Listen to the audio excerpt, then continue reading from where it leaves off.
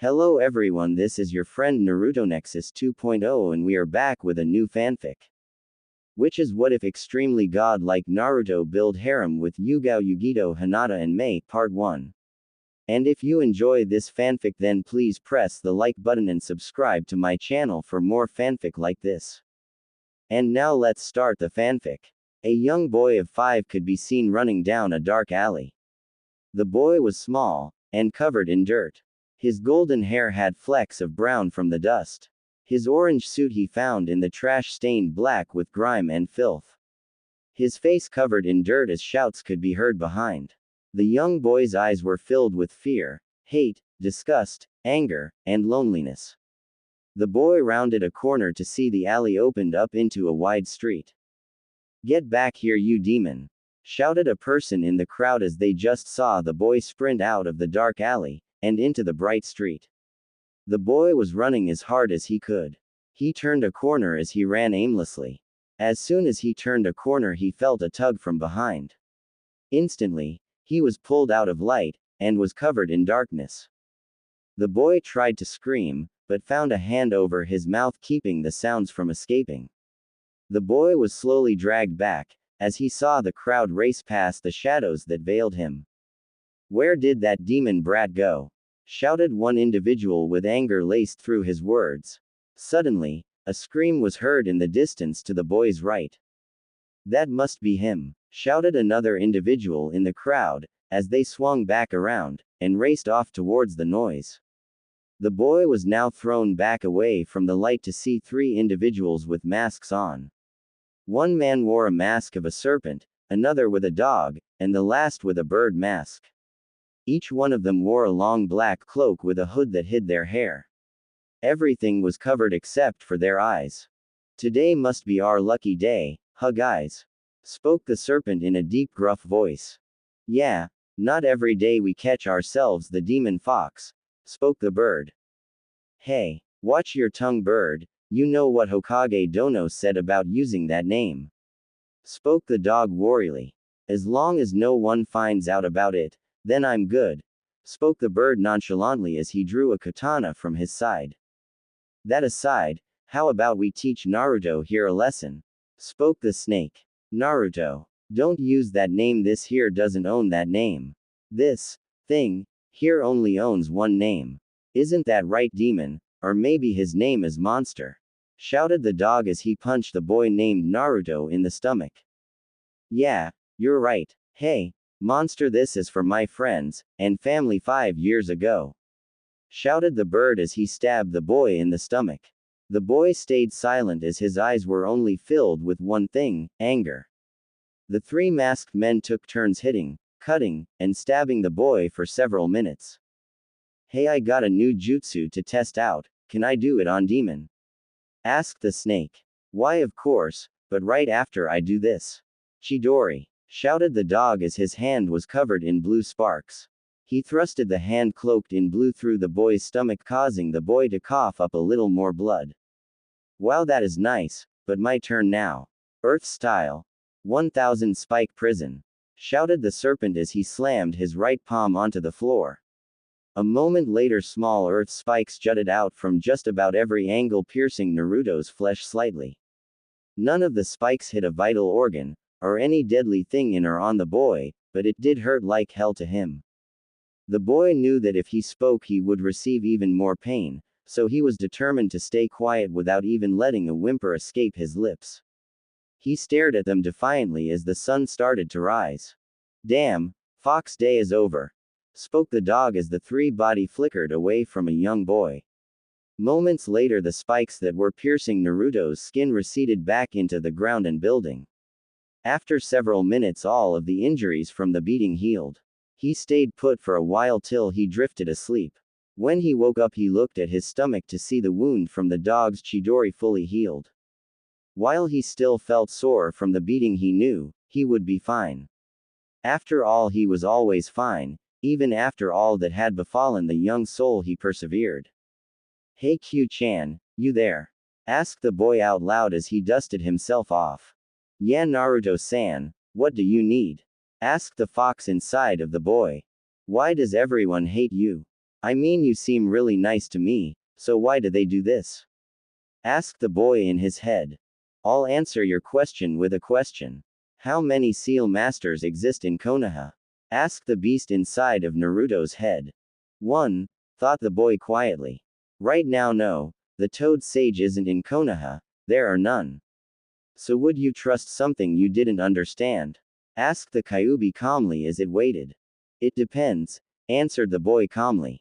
Exactly, and in this case the distrust is at the level of hatred, so I will give you two options to this problem, spoke the beast calmly. What are the options? Naruto asked skeptically. The first is that you leave Konoha, and either I train you, or we find someone else to. The other option is that we stay, and you endure the glares, beatings, scorn, and verbal abuse while I train you secretly. It's up to you, responded the beast calmly. I want to stay, and learn from you, responded the young boy while flinching in anticipation of the possible rage of the red-headed fox. If that is what you want, although you may regret it later, but onto the first order of need to get you training supplies, and I doubt that stupid Hokage will get you any. So what you're going to have to do is find the items, spoke the Kyuubi in response to the boy with a loud sigh afterwards. Okay, what do I need to get? You are going to need some kunai, shurikens, senbons, paper, and some ink. Also, if you find a weapon of some sort, that would help a lot. Okay, I'll start right now, thought the boy with determination as he set off to find all that the Kyuubi had told him to get, as well as some food. The boy looked around frantically for anything that might be of use in training. He searched high and low, and in any trash can he could find. He searched on the floor of the city. Yet all his wandering only produced 3 kunais, a single shuriken, and 5 senbons. He managed to find several scrolls with writing on them that he couldn't read due to being illiterate, and he found a brush. Even though he found a brush to write seals out, he did not find any ink for the seals. His hopes though rose greatly that day. He had found several loaves of fresh burnt bread after a new apprentice at the bakery overcooked the pieces. He had also managed to find a half-eaten apple. All in all, Naruto called the day a successful day. After eating the apple and taking a few bites out of his 3 loaves of bread, he went to the top of the Hokage monument, and he went into the forest above. He walked in the dense oak-ridden place for several minutes till he came upon a single ginkgo tree. He quickly ran up to it till he found a small depression in the wood. He pressed his palm up against it. Hey Q-chan, can you please push some chakra into my right hand? Yeah, give me a second, I just woke up, spoke the redhead with a loud yawn. Why do you sleep so much? Asked the boy curiously as a small amount of red enveloped his right hand. Because you are constantly getting hurt, so I have to keep you healthy, spoke the Kyuubi in a slightly angered voice. Okay, spoke the boy quickly as to not increase the sleepy demon's wrath any more. After a few more moments, a loud crack sound could be heard. Naruto looked behind him to see the floor start to open. He quickly ran into the opening as it had begun to shut. As he entered the dark room, it suddenly lit up in a brilliance of red, yellow, and orange. He walked down the stairs, and into a small plain room that had several chairs, a table, and several seals on the white walls. The boy quickly walked across the tile flooring to the nearest seal with his right hand still covered in crimson. He pushed his red hand up against the seal, and out came a small picture. It was a picture of his family. Yes, he had learned of his heritage from the Kyuubi about a year ago. Flashback. Where is that brat? Shouted a nearby man as Naruto hid in a dumpster. Suddenly, the darkness that hid Naruto was taken away as light replaced the interior of the green container. We found you, demon fox, shouted a woman as she grabbed the young boy and pulled him out of the trash. She then threw him as hard as he could against the wall, and Naruto groaned slightly, but aside from that made no sounds as he sat himself up. He held his aching left side, and looked up at the dozens of people who had been chasing him on National Fox Hunt Day. Each and every one of the villagers' eyes were filled with hate, anger, and happiness as to the revenge they were about to take on the blonde. Time to punish the little monster, spoke a round man with a pitchfork in hand, and an evil glint in his eyes. He started to stab the boy while others cut, stabbed, punched, or kicked him at the same time. After several hours of torture, they left a bloodied mess behind them that slowly rose. I can't believe the fourth would do this to you, and that Kushina let him, sighed the demon fox. What do you mean? It's not like the fourth was my dad, spoke the boy weakly as red chakra started to seep out of his wounds, and cover them, speeding up the healing process. Actually, the fourth was your father, and Kushina Uzumaki as your mother, trailed off the woman as Naruto interrupted. Why didn't anyone tell me who my parents were? They didn't tell you to protect you. Now just get up, and go get some food. Chicken bone, shouted an angry fox at the blonde. Flashback end. The boy looked at the picture for several minutes. He sealed it back into the scroll along with everything else as he left the base. When he got out, it was nearing midday, so he went back into the city to look for more training material. On Naruto's way out of the forest, he encountered a small blue-colored beast with long hair. The beast was about as tall as a trash can, and was currently marking his territory. After a moment, the blue-furred beast lifted its snout into the air and sniffed. Suddenly, the beast growled in Naruto's direction. Get out here now, I know you're behind that tree, shouted the beast angrily as Naruto. At this point, Naruto stepped out of cover, and stared at the creature that looked similar to a wolf, dumbfounded. You can talk? Asked the slightly confused boy. Course I can talk, now who the are you? Shouted the beast with its upper lip curled up. I'm Naruto, and you are? Spoke the boy calmly as he puffed his chest out to look a little bigger. The name's you, shouted the beast as it lunged at Naruto. The boy quickly sidestepped the beast, and jumped back, dodging a swipe at his abdomen. The boy quickly picked up a stick that was 3 inches in diameter and about a meter long. He quickly raised it as he readied himself for the beast. Naruto-kun, let me take over this. You don't know how to fight, spoke the Kyuubi as the boy nodded. In an instant, the boy's blue eyes turned to a slitted crimson. His hair stained the color of blood, and his canines grew several inches as well as sharpening slightly. Give up now before you won't be able to even more, spoke the young boy in a demonic-like voice while staring at the beast with a maniacal smile. The beast just whimpered as its tail went between its legs, and the creature laid on the floor in a sign of submission. Please don't hurt me, I just was trying to gauge your strength, Alpha, spoke the beast meekly as it tried to get even closer to the floor. Just as this happened, the boy reverted back to normal as Naruto regained possession of his body. What is your name, and what are you? Asked Naruto calmly as stared at the still crouched beast.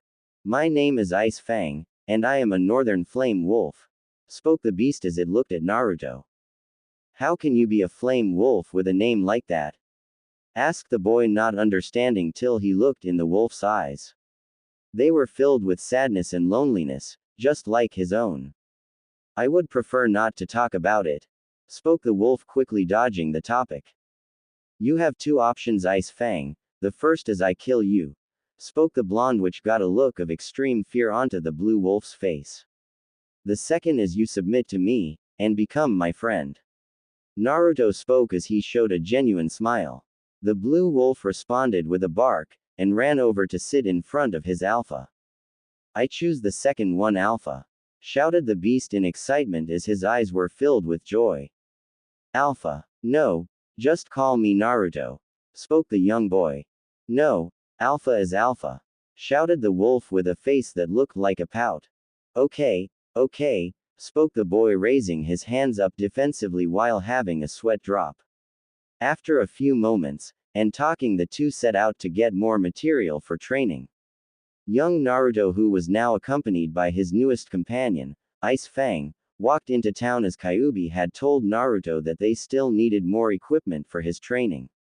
As he started to check the trash can, he found some Ryo just lying on the floor, so Naruto grabbed it in hope of either using it for training supplies or food. The boy walked around a little more just to find nothing, Not even a scrap of food. The boy walked out of the alley with his head leveled due to not finding anything, but still keeping his hopes high.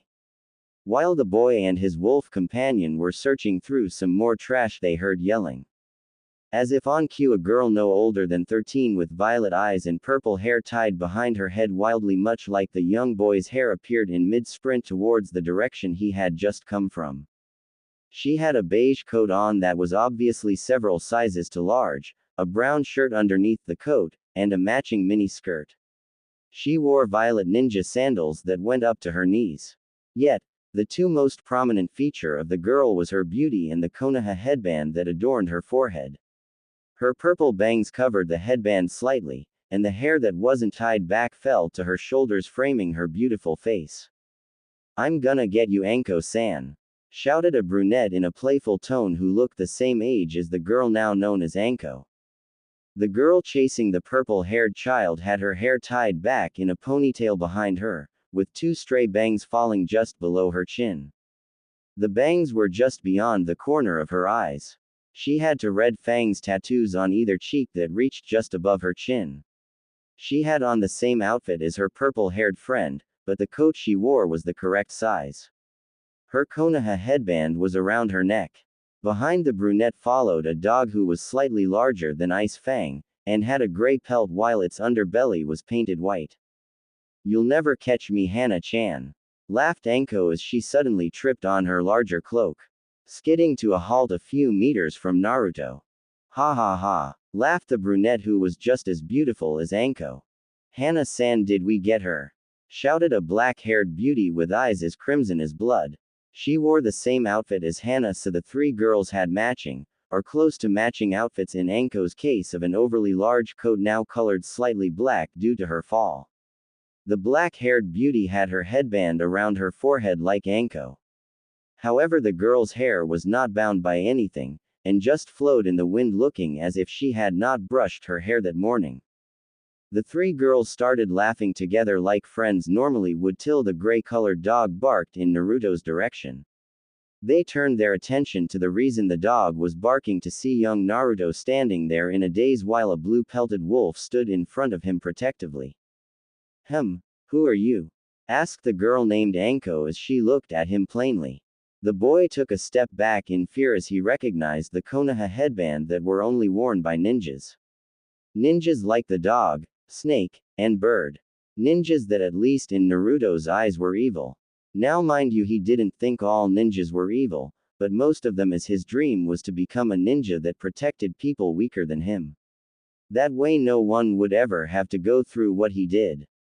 "Hey, there's no need to be afraid, little one," spoke the brunette reassuringly as she put her hands out while slowly approaching the scared little boy. Naruto didn't believe their words. He rarely believed anyone's word now, especially after how the orphanage treated him a year ago. They threw him out due to budget costs, but he didn't care, at least not anymore. As the girl named Hana slowly approached, Ice Fang barked out at her angrily as he started to snarl at the child. Hana noticed the creature, and looked at him with surprise. She then looked at the boy with only curiosity in her eyes as she spoke. "Where did you find him?" Silence followed for several seconds as the boy started to slowly back up. Suddenly, he turned, and Naruto sprinted away as fast as he could with Ice Fang struggling to keep up. As soon as he made a dash for it, the three ninjas started to chase him as they had several questions for the boy who clearly needed a bath. The ninjas were slowly gaining on him due to their age and experience that was until Naruto came up with an idea. He looked behind him to see Ice Fang just behind him. Naruto slowed pace till he was right next to the blue creature. He jumped onto the beast back, much to the wolf's surprise. "Q-chan, I need help," spoke Naruto in his mind as the kunoichi chasing him were now a few yards behind him. "Okay, but you owe me big time, kid. You owe me very big," trailed off the fox just as Ice Fang and Naruto were suddenly enveloped in a cloak of red. Ice Fang didn't question it as they suddenly doubled in speed. The kunoichi stared in disbelief, but instead of giving up decided to chase him as if he was the demon cat Tora. They looked at each other, and nodded as they suddenly split off into different directions while only Anko stayed chasing him. After several minutes of running he had lost the ninja, so he sat down next to a wall. Ice Fang next to him as the beast breathed heavily from all of the sudden running. Naruto put his hand on the dog's head, and started to rub him as the beast looked at him happily. Naruto, come here, spoke Q-chan as he was suddenly dragged into his mindscape. Naruto now found himself surrounded by a lush forest as Q-chan sat behind a thicket. She had crimson hair that was in 9 separate ponytails. 7 of the 9 stayed behind her head while 2 draped over her shoulder, 1 on either side falling to her elbows. Her crimson eyes were held in contrast to her plain kimono whose color matched Naruto's sapphire blue eyes perfectly. What do you need, Q-chan? Asked the young boy as he hadn't have seen Kyuubi in a long time. Nothing, just trying to help you a little bit, she spoke as suddenly Ice Fang appeared out of nowhere. The beast looked around wildly before running off in a random direction to check out the trees. Why's Ice Fang here? To help you. There has always been one fatal flaw with companions, and that is the need to talk out in the open. So I brought you both here to fix that. Now that you both have seen each other in this place, you will be able to talk to him just like you do with me.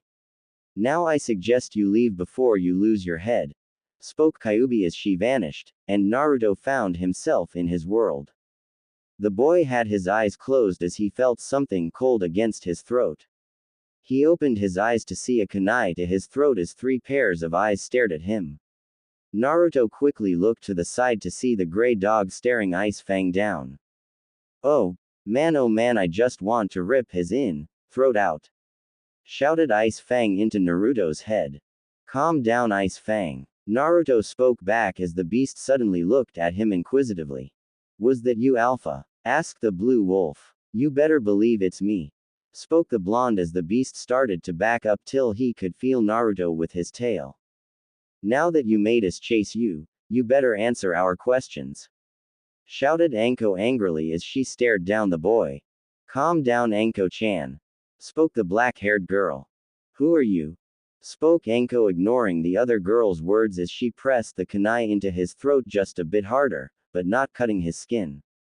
Back away from Alpha, shouted Ice Fang as she suddenly leapt at the purple-haired woman.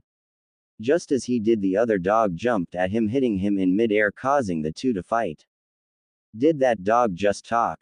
Asked Anko wide-eyed as she looked in disbelief at the blue wolf who was now pinned to the ground by the larger beast. So I'm not the only one who heard it? Asked the black-haired girl. No, you heard right, Kurenai-chan. After all, he is a northern fire wolf. That's why I asked. Where did you find him? Asked Hana as she looked into the blonde's eyes sternly. I found him in the woods. PP, please don't hurt him, stuttered the blonde as he looked at the 2 dogs in fear. We won't. Now why don't you tell us your name, and where you live? Spoke the brunette kindly as she pulled Anko's kunai from the boy's neck. Naruto saw this, and decided to trust them a little. I'm Naruto, spoke the boy meekly. And where are your parents? Asked Kurenai. Naruto merely hung his head low at this question as the 3 put 2 and 2 together, looking at the boy sadly. Where is your orphanage? Asked Anko in a softer, kinder tone as she looked at him with caring eyes. I live out here, spoke the boy plainly, much to the girls' disbelief as they stared wide-eyed. That's not possible. I mean, how can a 4-year-old take care of himself? Spoke Hana after recovering from her shock. I'm 5, and you'd be surprised, spoke the boy angrily. The girls looked at each other in disbelief at hearing this boy say he was actually a 5-year-old than what they thought was a old 3, maybe young 4-year-old. You sure don't look 5, kid, spoke Anko teasingly. Anko-chan, shouted Hana-eyed disbelief at the way her friend was treating the malnourished boy. Well, he is. So what if he looks young? You can still show manners. Maybe you two should calm down, spoke Kurenai suddenly as she approached Naruto slowly like a cat stalking a mouse. Naruto started to panic once more as his head was filled with images of beatings, but what he got instead was a surprise all its own. The black-haired girl was embracing him. His head was in her chest, hearing her steady heartbeat. It's all right, Naruto-kun. Just calm, relax, spoke Kurenai in a motherly-like tone. He looked up into her eyes to see them filled with care for him. After several minutes of talking, the two groups said their goodbye as Naruto was now happy to find 3 girls, and a dog to call friends. Naruto looked up into the sky to see it was midday, so he went back into town grabbing his ryo he had found on the ground earlier tightly. The boy looked through the city till he found the ninja shop. He breathed in deeply before pushing the door open. A bell rang out that the door had opened. Please give me 1 second, and I'll be right with you, spoke a rather large man with a brown curly beard and curly hair, brown hair. He wore a white shirt with a black vest, and dark olive green pants with a set of brown boots. The man spun around, and upon seeing the young Jinchuriki his smile faded into a scowl filled with anger. Get out, spoke the man quietly at first before shouting the words. His brown eyes were filled with malice as he grabbed a sword from the nearby rack of weapons, and ran after the boy at a surprisingly fast pace. However fast the man was though, Naruto was faster and had lost him. Just as he rounded a corner he saw the man standing there with a grin upon his face as he held a katana in one hand and a tanto in the other. Naruto turned around sharply to see a man wearing the traditional Konoha ninja attire with his headband covering the entire top of his head. He had wild brown hair framing either side of his face while a tuft of brown landed between his 2 eyes falling just to the bridge of his nose. However, the most distinct feature of this man was his hacking cough. Hey little cough demon brat, cough, coughed the man as he struggled slightly to speak. Come on Hayate, let's finish the little fox, spoke the store owner with an expression that held only happiness, and a promise of pain. The man the shop owner had called Hayate slowly drew a katana from his back, and held it firmly. He stared at the young boy with glee as he started to have a coughing fit. A blue wolf that stood in front of Naruto was snarling at the two as Hayate charged. He quickly hit the wolf in the head with the hilt of his blade, forcing him to sleep. Hayate charged forward again while shouting, "Crescent Moon Dance." His blade suddenly seemed to move slower, and the silver blade multiplied in the air. The man slashed as Naruto, leaving several deep cuts all across his body. Then Hayate kicked him against a wall just as a girl came round the corner. She had purple hair, and wore a pale mask of a cat. Hayate, what are you doing? Why are you covered in blood? Asked the cat as she stared at the man, her hazel eyes piercing him. She then looked over to the wall to see a young boy bleeding heavily. She stared in horror at the scene before looking back at Hayate with disbelief. This isn't what you think. He's the demon brat. I'm doing the village a favor, shouted Hayate in response to the nameless cat defensively. How could you do this, Hayate? Spoke the woman before she suddenly knocked out the shopkeeper that was slowly approaching Naruto with his weapons raised. I did this for the village. I did this for us, Yugao, shouted the man pleadingly as he was now face to face with the purple-haired woman. For us. How could hurting a child help either of us? Shouted Yugao before picking up the unconscious crimson-stained boy, and the knocked-out dog. She looked back at Hayate one more time with hate in her eyes, before shunning away. Yugao, Naruto, and his dog suddenly appeared with several familiar girls. Naruto-san, why is he covered in blood? Shouted a scared Hana as Kurenai suddenly started to use medical jutsu to heal him. You know him? Asked Yugao to the group. Yeah, we met him less than an hour ago. Why is he covered in blood? Asked Anko as she stared at the boy in horror. Hayate did this, spoke Yugao calmly as the other 3 girls who were in front of a TV looked at her blankly. You're kidding, right? Asked Kurenai, who was still using her medical jutsu. No, he said this boy is the demon, and that he was helping the village with this. How is he helping us? Asked Hana as Naruto's eyes suddenly fluttered open. The first thing he saw was a cat-masked woman. He instantly shot up with his back against the wall. His dog still unconscious as the four members had left, the beast alone breathed silently. Naruto's eyes rested on one thing only, the mask. It brought back terrible memories of beatings and pain. The boy then let his eyes drift to see the three girls from earlier. One thought crossed his mind: they were working together. I should have known better. The boy then looked around for an exit. He quickly spotted one, and rushed for his dog before anyone could respond. He grabbed Th Beast, and jumped through a window out of the Inuzuka compound. The young Naruto stopped running when he got to the forest above the heads of the four Hokages. He stopped just at the edge as he thought of one thing alone. He wanted to leave for at least a little while. He was going to come back, but that would be after he could protect himself. He then ran into the forest as he heard shouts in the distance. Naruto-kun, how long do you want to leave this place? Asked Kyuubi suddenly as he stopped, and put Ice Fang on the ground next to a tree. Until the start of school. I shouldn't have too many problems if I disappear till then. Okay, but if you are leaving you will need to know some skills. So let's train a little before you go, spoke the fox. How long till I can go? Asked the boy as he grew slightly frustrated. A week. Okay, let's hurry, and train me then. Alright, go back to the hideout, and start reading the scrolls. I don't know how. How to what? To read, replied the young boy as he felt the demon in his head body would ever face palm. Damn, how'd I forget about that? Asked the fox rhetorically, which Naruto picked up on. So can you teach me how to read? Course, just go back to the base, and you'll be able to read in a day. Really? Course, now just get back to the hideout, shouted Kyuubi as they returned to the plain room. When they were inside, Kyuubi started training him, only not on how to read. She taught him something that would speed his training up.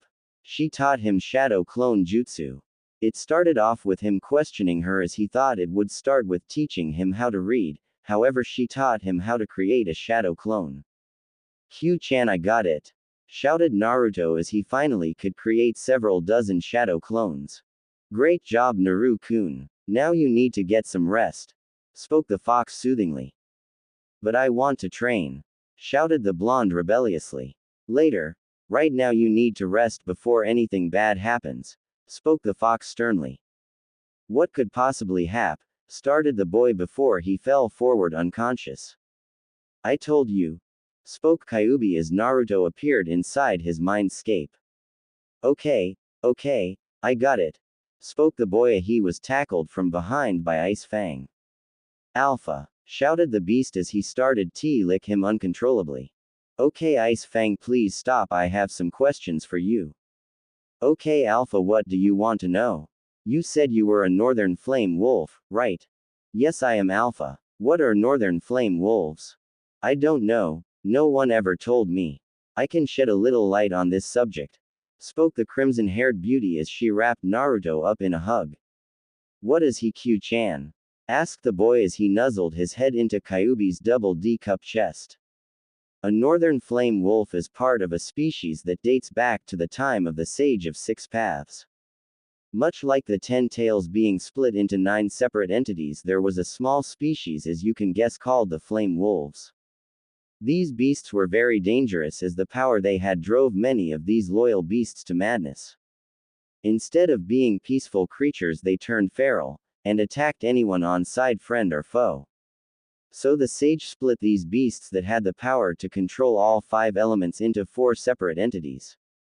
He created 4 new species, which were named after the 4 directions of the world: north, east, south, and west.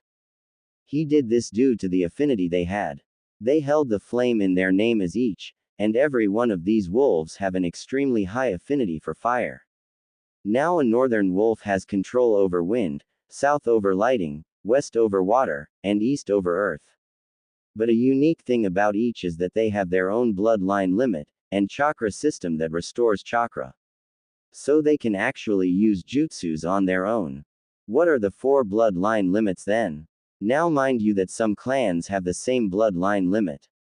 With that I only know half. The Western flame wolves have what people call blue fire, whereas the Eastern flame wolves control lava. But let's get back on track. Before you can actually use any jutsus besides the one I taught you, you must get a handle on your chakra. So your routine will be to create 100 clones, and have them all try to walk up a tree. When they do that, have them walk on water. Then we can try other things. Until then you will be training your body physically by doing push-ups, sit-ups, and running around the edge of the forest. How will I retain anything my clones do though? Naru-kun, I told you. When you dispel them you gain everything they experienced as information for. So if they die you don't, if they build muscle you don't. You only gain the feeling of it all, but if they get tired you are also get tired. Okay, well I'm off to train. Not yet, have 10 of your clones come into the base so I can have them learn to read. Okay, I'm off, shouted the boy as he woke up to see it was already midday. He grinning like crazy as he crossed his fingers in a cross and shouted, Shadow Clone Jutsu. They all went off in their respective directions to learn everything as the real Naruto started to do push-ups and sit-ups. Time skip. A week had passed, and Naruto could now walk on water without having to think about it, and he could read better than most teens.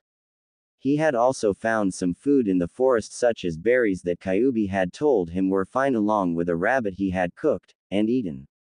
So instead of a malnourished boy he was now a healthy, and extremely athletic one who no longer had trouble running. The boy walked into the base one last time before leaving.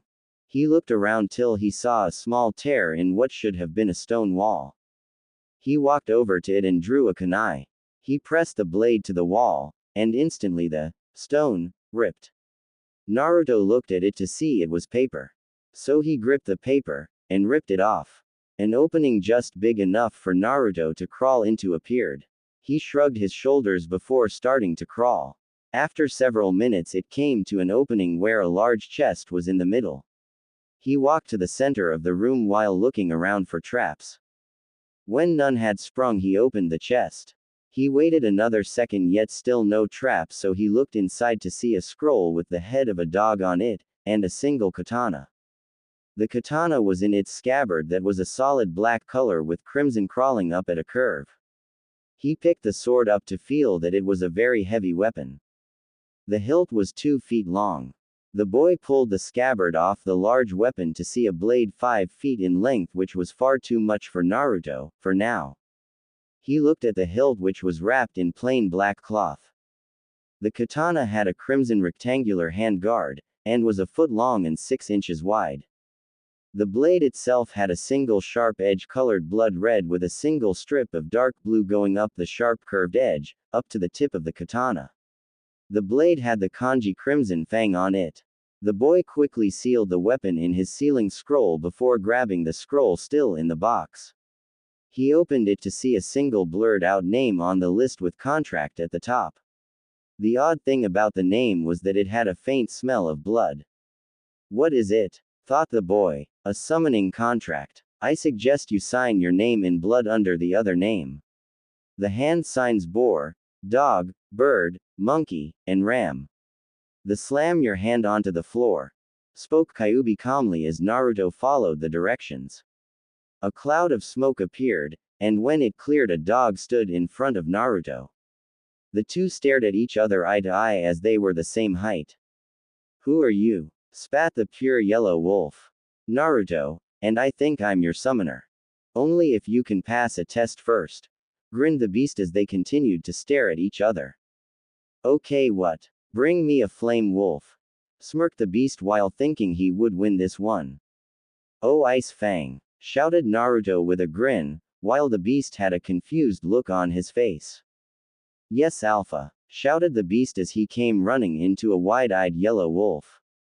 What? How? Shouted the beast in disbelief as Ice Fang suddenly jumped in front of Naruto in a defensive stance.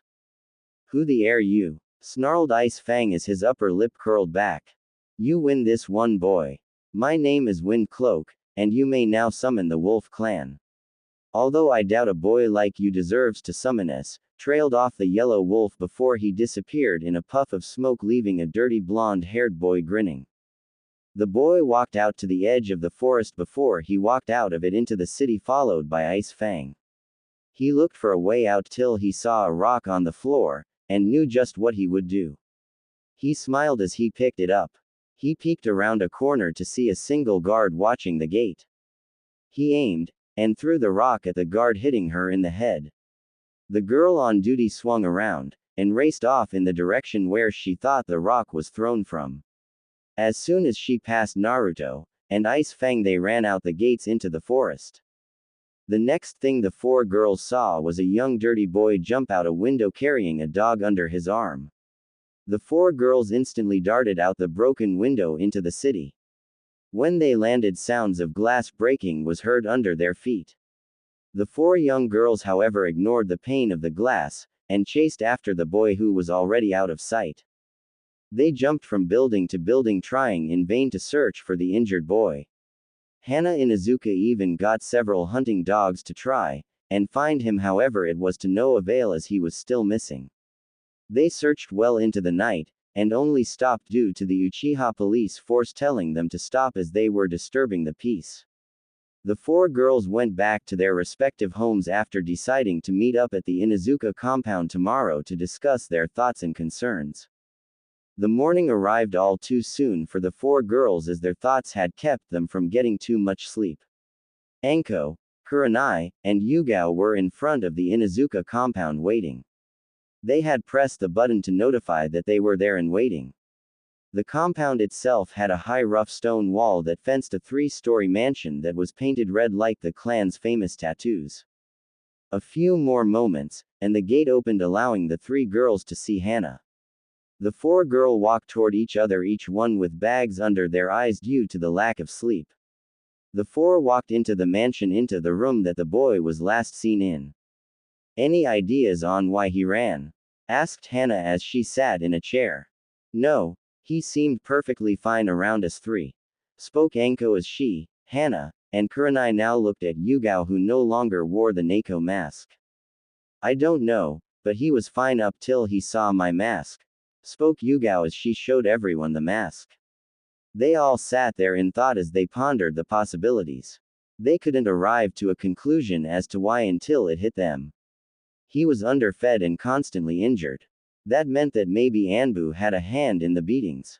Why would Anbu hurt a child though? Why would anyone for that matter? Voiced Hana. "Maybe it has something to do with what Hayate said about him being a demon brat or something," responded Yugao. "He couldn't be that, could he?" asked Kurenai with horror glued to her face. "You don't think he's the Jinchuriki, do you?" spoke Anko as everyone hung their faces lower in thought. "If he is the Jinchuriki, then why would people do this to him?" They all thought as they raised their heads with their eyes full of determination. "How about we ask some of the villagers?" suggested Yugao as everyone agreed. They stayed together as they went into a ramen stall. "Hey Tsuki, do you know a kid by the name of Naruto?" asked Hana. "Yeah, he comes around every once in a while for ramen." "Why? He's recently disappeared, and we don't know where he is." "Do you know where he is?" asked Kurenai this time. "No, I don't know where," stuttered Tsuki as the curtain behind him flung open. A little girl of about 9 walked out into the stand next to the old man. She had chocolate-colored hair, and wore the same apron and hat as her father.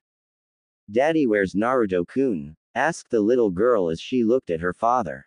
"Ayame, please go back inside for now," spoke the old man. "Hey, Ayame, where does Naruto usually go to feel better?" Anko shouted the question calmly as she wore a grin. "Naruto-kun is usually here, or another place." "Was it the dango shop?" "No, not the dango shop. Maybe Akamaiki's, no, that mine, not his." Responded Ayame as she started to stroke her chin in thought. "It's fine, thank you for everything, Ayame," spoke Kurenai as they walked out to find Naruto.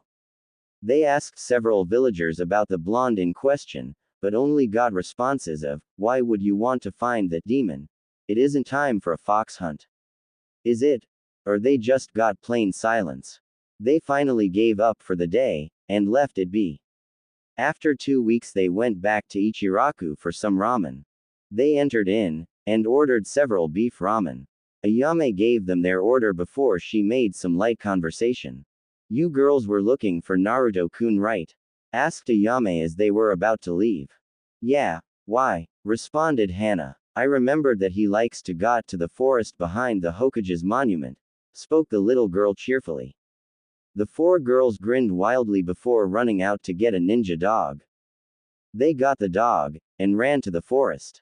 Instantly, the dog caught scent of Naruto, and led them around the forest before bringing them to the south gate, and stopping. The dog barked at Hana while she stared wide-eyed. What did he say, Hana? Anko asked with a slight hint of fear in her voice. He said he left the village, spoke Hana as everyone had a look of disbelief on their faces. They quickly ran to the Hokage Tower to tell Sarutobi that their Jinchuriki is missing. When they told him about it he laughed, and said, good riddance then, less paperwork for me. As the four girls held looks of horror mixed with anger as they stormed out of the office back home to weep at the loss of the little boy they barely knew. A young boy was sitting under the moonlight in a lush forest, only we was meditating on water. He sat there basking in the glow of the moon as quiet footsteps could be heard bringing a large beast to his side. What is it, Ice Fang? Naruto asked through his mental connection. Are you okay? I mean, I know what happened isn't the worst, but still. You doing alright, Alpha? Asked the beast, who was now 5 feet high, and 2 meters long. His pelt seemed to glow in the moonlight as the calm water was broken by another. Alpha, are you okay? Asked a yellow wolf who was the same size as Ice Fang. He is fine, Wind Cloak. I thank you very much for training Alpha and me though, spoke Ice Fang as he bowed slightly. Not a problem, it's the least we could do to amend the actions of our pack. I apologize once more for how I treated you many moons ago, spoke Wind Cloak as he let his nose touch the water's shimmering surface. The past is already gone, and nothing can be changed. You can only move ahead to try, and take your mistake to heart and fix it. The boy voiced to both beasts in their mind. I know, it's just spoke Wind Cloak as Naruto interrupted him. I know what your first summoner did, and I promise I will never betray this pack. I swear on anything you hold value to that I will die before I betray you like that, voiced Naruto as his mouth still hadn't uttered a word in 3 years. Not after the 11-year-old had experienced persecution at the hands of everyone in Suna, Kiri, Iwa, Kumo, and anywhere else he went. For some reason Lady Luck was never beside him, except if even she chose to hurt the young blonde. The boy sat up while looking into the night sky just as clouds moved in front of the moon, obscuring it. The boy held his emotionless look as he continued to stare for a while, thinking of how tomorrow would be. Today was the last day of his training if he wanted to even have a chance of graduating the academy tomorrow. He had chosen to enter the last day of the academy as very few realized all you needed to do was to pass whatever they gave for a test regardless of how old you were to become a ninja. Let's get going. I think I should get there soon, voiced the boy as he made several signs with his hands before using the reverse summoning jutsu once more to bring him in front of the gates of hell. He was now less than 100 yards from what some would call home, but he knew it as one simple thing. A lower level of hell. The young boy had traveled the elemental nations just to experience the same thing anywhere he went. Everyone seemed to be able to sense what he held, and immediately they would perform the ritual in Konohano's, the fox hunt. The boy pushed the thoughts away as he pulled a mask over his face and pulled a black hooded cloak to hide his entirely black attire. The mask he put on was that of a wolf. The mask had 4 red stripes on it, 2 on either cheek. 1 under each eye, and the other went from the front corner to the back corner of the eye. The snout of the mask had a black nose with a strip of crimson running straight up till it got to the forehead. Then it turned into a red whirlpool before going straight up again. It had 2 ears with black etched into either ear to make another set of ears. Just go to my profile for a link. The boy walked to the gate to be meted by 3 Anbu members. 1 wore a dog, the other a cat, and the last bore a tiger mask. State your business, or lose your head, spoke the dog calmly as he eyed the wolf-masked person before him as they were all about equal height, except Naruto as he was just a foot shorter than the cat Anbu. Suddenly, a blue wolf appeared from behind Naruto while eyeing them cautiously. I am this man's frickin' interpreter, spoke Ice Fang before the tiger came upon him with a tanto in hand. The beast stood still as the tiger stopped in front of him with the blade sheathed, and eyeing the beast. Please continue, spoke the dog once more as his hand started to glow a faint blue. Alpha wants to know how the village has been since his absence. After all, he wouldn't be surprised if you yourself, dog, were to celebrate at his disappearance 5 years ago, spoke Ice Fang calmly. At this the three Anbu looked wide-eyed at where the masked man once stood as he was not there anymore. They turned around to see him laying on a roof staring at the moon. I would take it you are Naruto then, spoke Tiger with what the boy perceived as interest. That would be correct. Now can you please either take us to the demon of a Hokage, or let the boy get ready for his bloody school? Spoke the beast as the three Anbu looked confused. School? But isn't the final exam tomorrow? Voiced the cat as she looked at Naruto with disbelief. I guarantee he will pass. Okay, then he is free to roam around, but remember tomorrow he comes to the Hokage's office after the exam, if he even passes, spoke the dog with venom in his voice as the other two continued to look at Naruto with interest. The boy stayed put, and fell asleep right there without anyone noticing. The boy woke up quickly, and then sealed his mask and cloak into a seal as he walked to the academy. He walked into the classroom as everyone eyed him curiously. Just after Naruto walked in, he was followed by Ice Fang, and a man with a pineapple-style brown hair, and a single large scar across the bridge of his nose. Who are you, and what are you doing here? Asked the man who had walked in behind a large wolf. This is Naruto and I am Ice Fang. He would like to take the stupid exam, spoke the beast calmly as everyone eyed the beast with disbelief as one boy in the center of the room stared at the dog with curiosity. Did your dog just talk? Shouted the entire class as Naruto just nodded his head. Hey Akamaru, will you be able to do that one day? Asked the boy calmly as he got a bark in reply. You smell familiar, spoke Ice Fang as he walked towards the boy with a hood over his head. Can you call him off? Asked the boy with a little fear in his voice as Ice Fang had begun to sniff the boy's head. You're an Inuzuka, aren't you? Spoke the beast as the boy nodded. Hi, I'm Kiba. The boy spoke as he held out his hand. I'm Ice Fang, remember the name little shit? Spoke the dog crudely as everyone stared wide-eyed. Well, technically you can take the exam and graduate, but as not usual. So you can take the test, but you probably won't pass, spoke the teacher. He'll pass this stupid test just fine. Oh, and Kiba, tell Hana that Naruto says, revenge is a bitch, like her, spoke the beast as they walked to a chair leaving a confused boy and class sitting there. A written test was passed out, and Naruto quickly finished it. An hour passed before the teacher came, and collected the tests. He then called them to the gym one by one for a test. It was to do the body replacement, clone jutsu, and the henge. When Naruto's turn came up, he walked into the gym as he was guided by the man called Iruka-sensei by the entire class.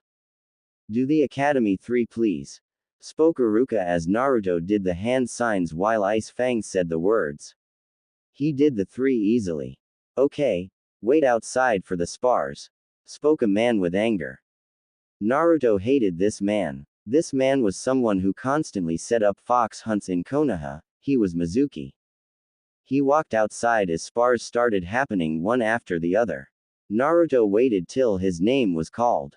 He had to fight a kid by the name of Sasuke Uchiha. They both walked up, and eyed each other. Hajime, was heard, and Sasuke charged. Naruto stood still as Ice Fang stood next to him. You gonna move, Blondie? Shouted Sasuke as he threw a punch to Naruto's gut. As the punch approached, Naruto turned, and slammed a palm into Sasuke, sending him into the ground into unconsciousness. Everyone stared wide-eyed at what the boy had just done to the academy favorite. Iruka just stared in disbelief before he managed to utter the words, "Winner Naruto," as silence followed. The two got up, and Iruka called out names of who passed, and they all went up to grab a headband including Naruto as he walked away to see a lilac-haired girl with lavender eyes sitting on a swing by herself. As he was about to walk over to her, he saw Mizuki walk up. He pushed chakra into his ears to listen in on the conversation. "There is another way to pass Hinata," spoke Mizuki. "How?" asked the girl between sobs. "You can always take the backup test." What's that? All you have to do is go to the Hokage's tower, and grab the forbidden scroll, and bring it to training ground 44, and give it to me. This will show that you are worthy enough to be one of us, and you pass the test, spoke Mizuki happily while laughing at the prospect internally. Hinata just nodded before getting up, to go prepare. Naruto was walking on top of the fourth's head while debating with himself in silence. He was pacing back and forth while holding a hand to his chin, stroking his imaginary beard. "What do you think, Ice Fang?" spoke Naruto through their connection. "I'd say we should do it," spoke the beast lying just at the edge of the forest. "Why?" asked Naruto as he stopped and stared at the lazy beast. "That Mizuki guy seems suspicious, and you might be able to learn something from the scroll that the little girl is stealing," yawned the beast as he closed his eyes. Good point," whispered out the boy as he mulled it over. After several minutes he decided it would be for the best. He quickly got up, and lightly kicked the beast awake as he walked into the forest. Ice Fang begrudgingly got up, and followed Naruto into the woods. Naruto came upon a familiar sight, and walked up to the ginkgo tree. He pulsed some chakra into it, and went down into the opening as it shut behind him and Ice Fang. Naruto looked at the untouched base that was littered with dust. He quickly made several hand seals as Ice Fang spoke wind style. Great breakthrough, causing a light gust of wind to clear the dust away into a corner where Naruto sealed it into a scroll. The boy quickly sat down, and started to unpack his dozens of scrolls. He quickly unsealed a desk, and put it in the corner of a room followed by a chair. Naruto hung dozens of seals on the walls as he painted words below the scrolls. He mulled over what he was getting himself into before he changed his gear. Naruto was now in the standard Anbu gear with his wolf mask on to hide his identity. "I think this will make Mizuki a little scared," thought the boy maniacally as he quickly started to unseal several weapons. He now sported a katana strapped to his back. The entire blade was pitch black with drizzles of crimson splashed log it. He also had a single karma on either hip with holes in the mini scythe. Lastly, he had a scroll strapped to his left bicep. The boy walked out of his hideout followed by Ice Fang as they looked out across the village while Naruto grinned behind his mask. The boy waited atop the stone faces as he saw movement in the city heading to training ground 44. He grinned once more as he shushined away in a flash of dark gray mist. He was now in the center of the forest watching the little girl try practicing one of the techniques. She was having a hard time doing any of them. Midnight came around as did the silver-haired instructor. Naruto quickly masked his presence even more when he felt the man appear. "Hinata, give me the scroll," spoke the man viciously as he wore a feral grin with the same look in his eye. "I couldn't learn any of the jutsus, sensei," spoke the girl as she hung her head lower. The response she got was unexpected as a cackle came forth.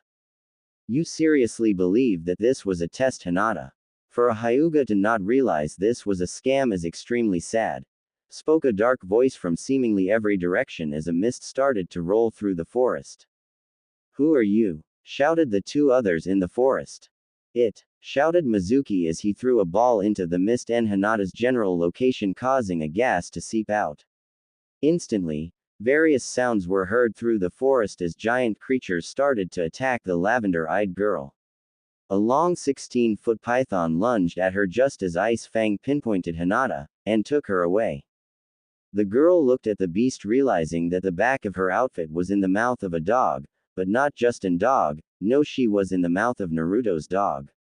When they sat down just outside of the compound, a tall man rushed out.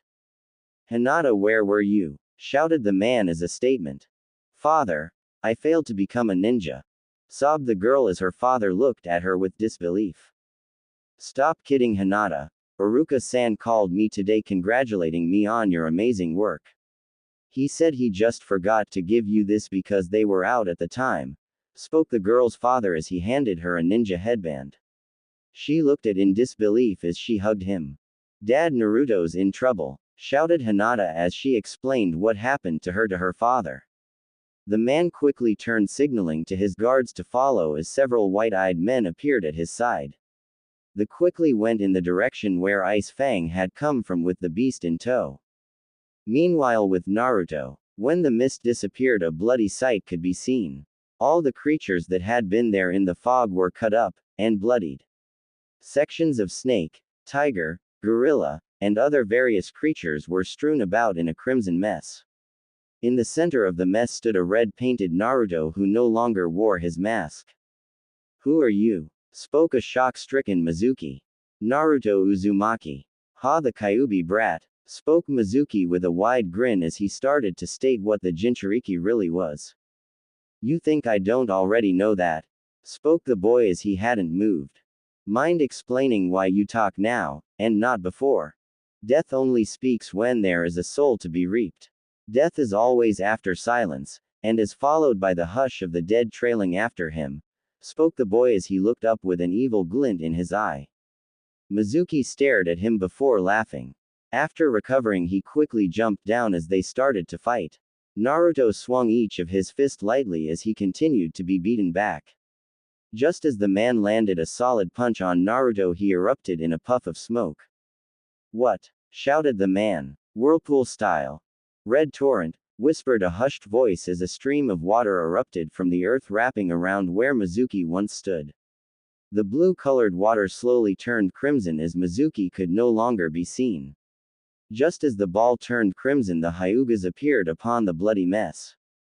The ball suddenly dropped, leaving bits of flesh on the soaked ground with various clothes thrown about. The tallest man looked up to see who he presumed to be Naruto just as Ice Fang appeared by the ANBU's side. Let's go, Alpha, shouted the beast excitedly as Naruto tossed a scroll to the man in robes. The man caught it as the boy vanished. He activated his eyes and scanned around to see nothing. The man sighed before opening the scroll. The scroll had a note in it that said, "This is the Hokage's scroll of forbidden arts." The man nodded as he trudged back to the tower, and left it with the tiger Anbu. Naruto strolled through the city till he came upon Ichiraku. It was closed, but he still smiled at the good memories it brought back. Suddenly, he heard footsteps behind him. He turned to see two girls standing there, one with black, the other with purple. He turned to run, but was stopped by a cat-masked Anbu, and a brunette. Naruto, please listen to us, spoke the cat Anbu desperately. The young boy froze in fear as he knew he was surrounded. Suddenly an odd smell drifted to his nose, and seconds later Anko dropped to one knee grimacing in pain. When Naruto saw this, he realized what he smelled. Snake was the one word that came to the boy's mind as he vanished in a flash, appearing above Anko with a ink well in his right hand and a brush in his left. Instantly the boy found where the mark was, and went to work on seal it enough for now. In a matter of seconds a seal was made on her left shoulder. Naruto flew through hand signs before Ice Fang spoke out, "Holy suppression." A bright light filled the street as Anko no longer panted in pain. The other three people that had surrounded Naruto looked at him in disbelief as he did what all of Konoha could not in 5 years in a matter of seconds. Anko looked up in just as much disbelief till he realized what he did. He stared at his hands wide-eyed before running away. As he flew from rooftop to rooftop, he mentally scolded himself for helping someone who betrayed him. He glanced behind him to see the 4 girls in hot pursuit. Just as he turned his head, he tripped, falling into the street into something soft. He put his hands to push himself up till he heard a moan. He quickly lifted himself up to see he had fallen between a woman's chest. He blushed a deep shade of red that was visible to this familiar red head in a blue kimono. "There you are, Naru-chan," yelled the woman as she hugged him, all of a sudden slamming his head back into her double Ds. Then Ice Fang landed, and shook his head as he laughed. "Q-chan, I think you're ing suffocating alpha, and also just hold him, the still some girls are coming to talk to him," spoke the beast as he sat next to the two of them. "Oh, my Naru-chan has a few girls chasing him already. Geez, dear, you're such a lady killer," she teased before the four girls landed in front. "Q-chan, let me go," whined Naruto as he squirmed. At this, Q-chan gasped, and hugged him even tighter as he was no longer facing her, but rather the four girls were trying not to laugh at the scene in front of them. "My little Nar-chan talked in public," proclaimed Kyubi as she held him still. They stayed like this for a little bit till they saw Anko drop to her knees. "Thank you, Naruto-kun," spoke the woman on the ground as she bowed. This surprised the young man before he recollected his thoughts. "Alpha wants to know why he should believe you," spoke Ice Fang as he let a little snarl out. He knew what they really did that day, but he wanted to see if they really felt that way, or if they were just going to do what his alpha misunderstood. "We never betrayed you," quickly shouted Kurenai. "You didn't betray me. Then what do you call handing me over to the masked creatures?" asked the boy out loud, much to the surprise of Ice Fang and Kyubi. "You mean me? No, I swear I wouldn't hurt you, and why would any other Anbu hurt you, Naruto?" asked the cat-masked woman. "You mean to tell Alpha you don't know whose lap he's sitting in, or that you never meant to hurt him, you little shits? If so, why did you bring him to that cat-masked lady?" spoke Ice Fang as he continued to play along, as it was now getting slightly hilarious for him. "Whose lap are you sitting on? And no, we never brought you to her. She stopped Hayate from killing you that day. Then she brought you to us for help," spoke Hana. At these words, every gear in Naruto's mind started to click into place as the pieces of that day started to make sense now. "I'm sorry then, but I still won't be able to fully trust you all," spoke Naruto as the others let out a sigh of relief. "Who's she though?" asked Anko curiously while pointing at Kyubi. "Hello, I'm Kyubi, you can just call me Q-sama," sing-songed the red-headed woman. At the mention of her being the Nine Tails, the other four tensed up. "Don't worry, she won't hurt you, for now," spoke Ice Fang with a grin on his face. "Wait, why do we call you Q-sama when Naruto-kun gets to call you Q-chan?" asked Anko. "He's special to me," shouted Kyubi as she kissed the boy on the cheek. "Stop, Q-chan, we got to go. I need some sleep for tomorrow," exclaimed the boy as everyone realized the time. "Fine, we'll talk more tomorrow," spoke Ice Fang as they all nodded, and left to get some sleep. The morning came quickly as young Naruto awoke from the base he had left more than 5 years ago, yet it was comfy, secure, and comforting. Naruto got out of bed much to his desire not to. He quickly got dressed in a dark black Anbu shirt with matching pants. Over the entire outfit he wore a black cloak with a hood. Then he left without a word, leaving his two companions to sleep the day away. He walked into a little stand that seemed to be slightly disheartened for some odd reason. He looked up to see Ayame, and old man Tuki. He smiled wide as he looked at them. They turned to the cloaked blonde, and gasped. "Naruto-kun!" exclaimed Ayame as she jumped over the counter, tackling the blonde with a bear hug. "Hey, Ayame-chan," spoke the boy in a low voice that held happiness. "Naruto-kun, where have you been?" shouted the woman with a stern look as Naruto mouthed the words "to pork ramen" to the Tuki, who smiled wide at having the boy back. "Off on an adventure," the boy shouted with a bright smile as the girl smiled back. "Okay, but you better tell me about these adventures then." "Food's ready, Naruto," shouted the old man from the back as Ayame got up, and brought his food to him.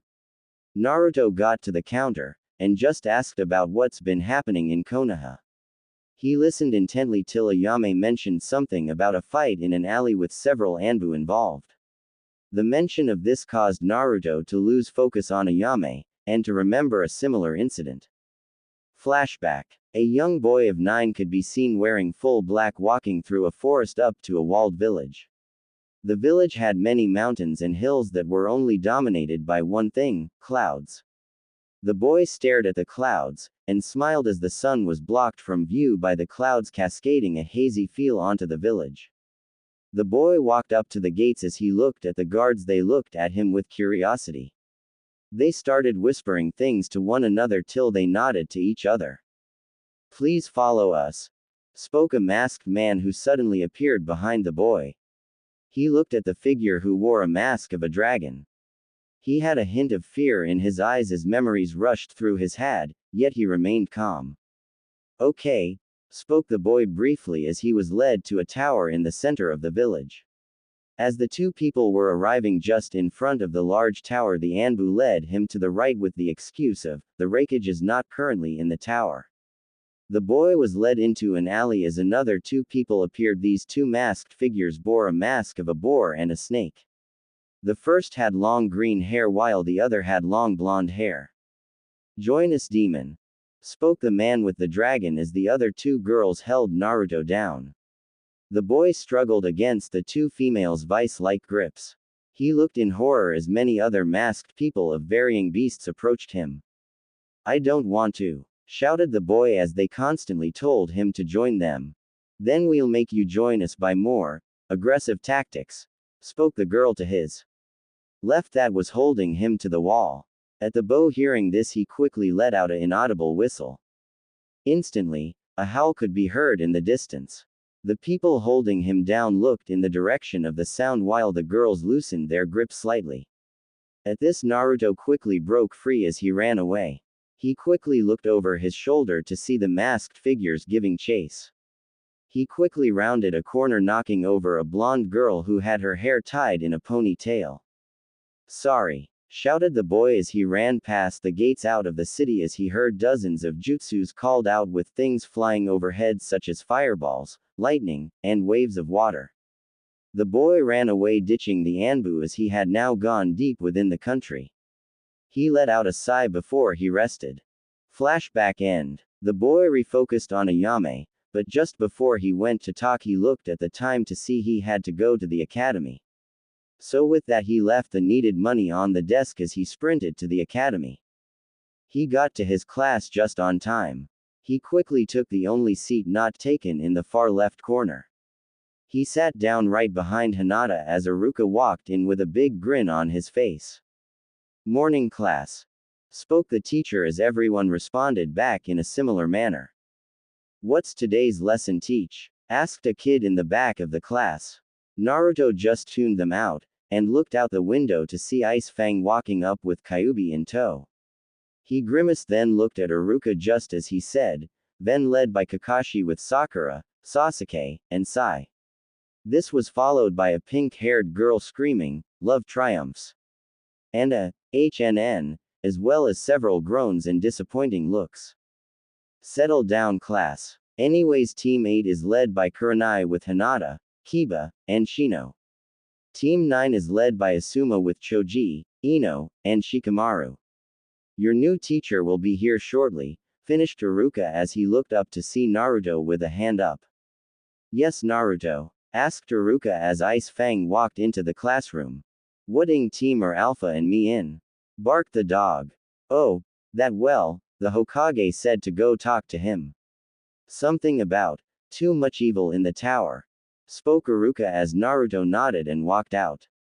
The boy quickly went to the tower, then into the Hokage's room. "You wanted to see me?" "Ah, yes. Due to you not having been in school as long as the others, I have decided to have you do simple D-rank missions, and to learn from various other teachers to improve your level to sufficiency. So basically, because I entered last minute, I screwed the whole amount of students up, so you had to think of an alternative, and due to being lazy, and having evil to deal with, you decided on this, because it would decrease the amount of paperwork, right?" spoke Naruto as the man just stared wide-eyed at his careful deduction. I choose to retain information regarding that, And also here are the teachers you can choose to learn from for now, spoke the Hokage as he put out 5 papers. The 5 papers had the names Anko, Ibiki, Hana, Hayate, and Guy.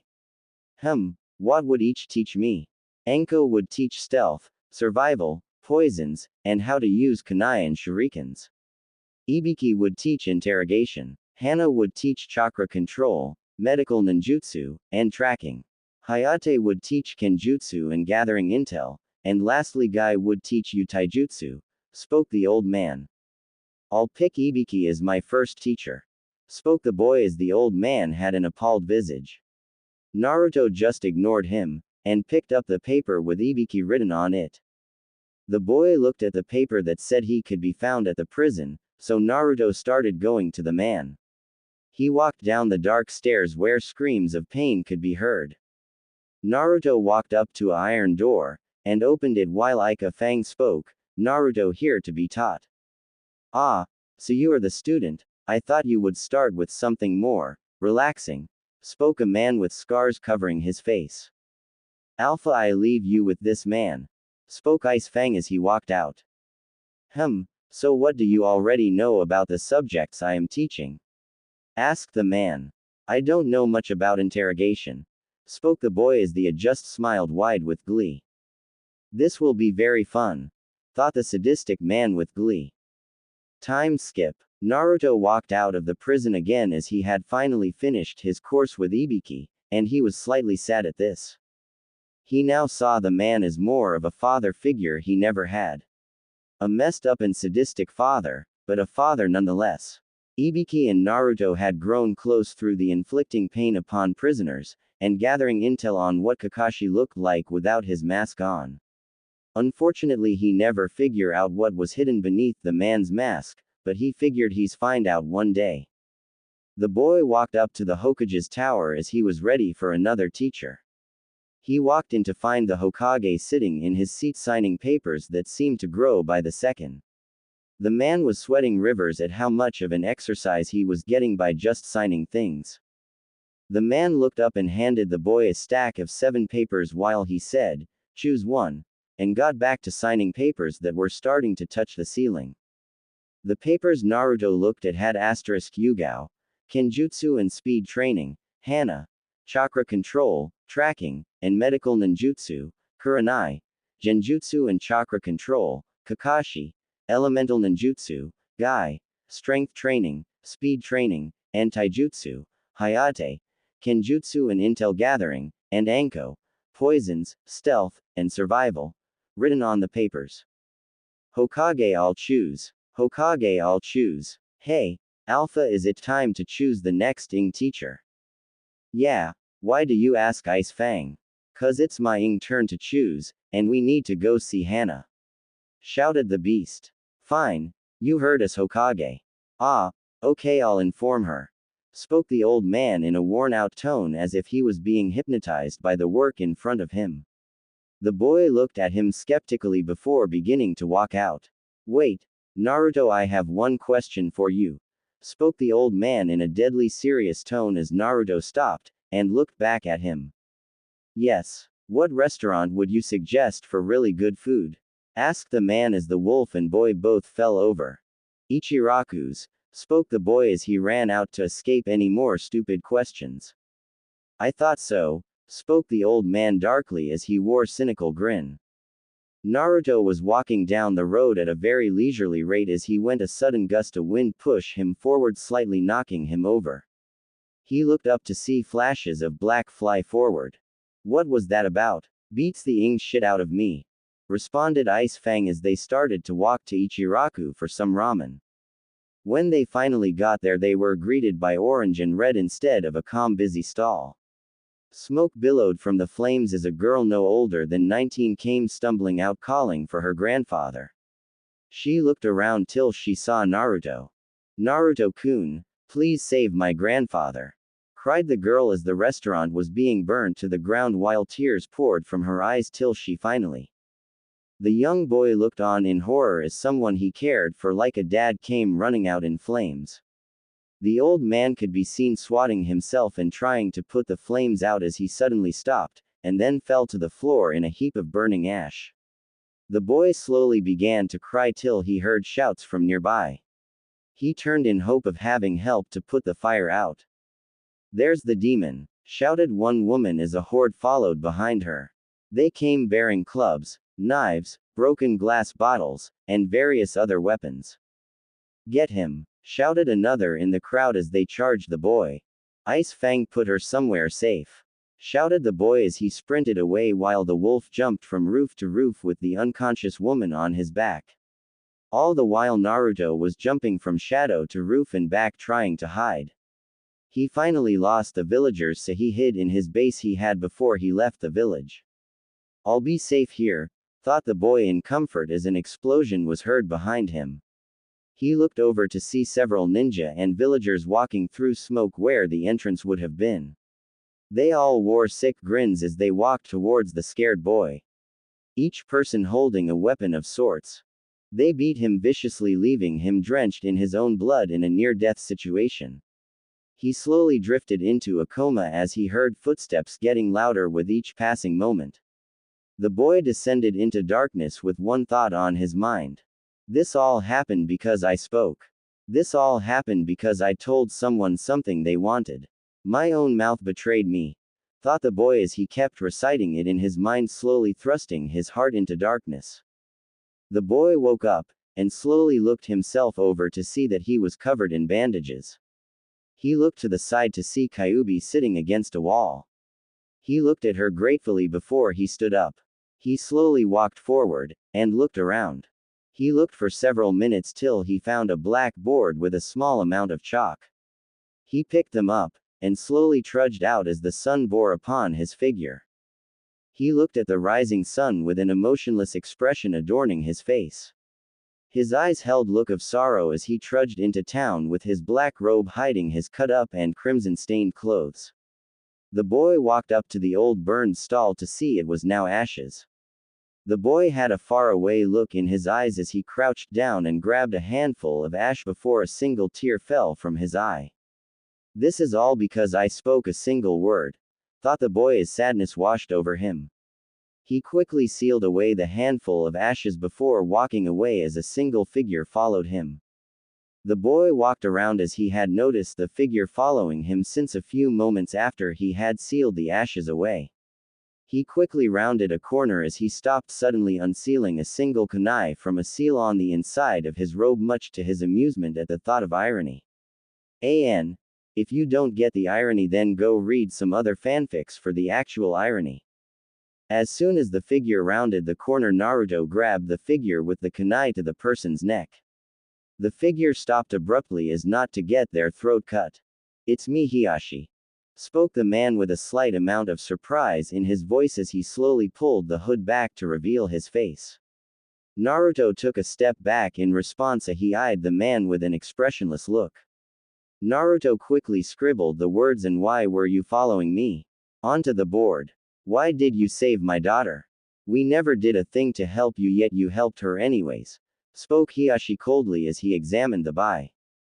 "It was for person gain," wrote the boy on the board. "Personal gain? So you didn't do any of that, because of any thoughts or other motives?" questioned the man with a raised eyebrow.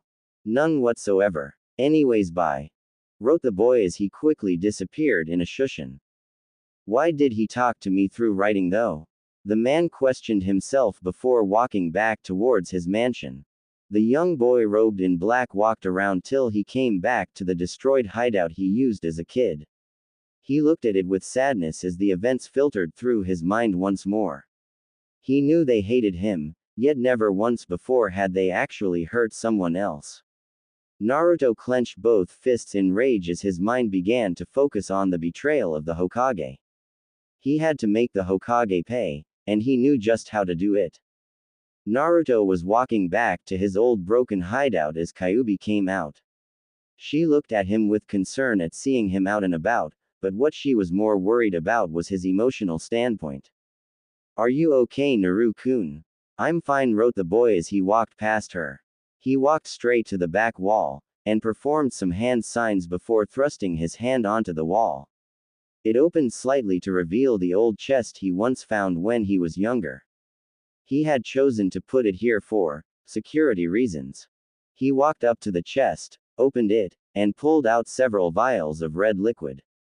He popped the corks off of the 5 test tubes, and slowly smelled each and every one of them.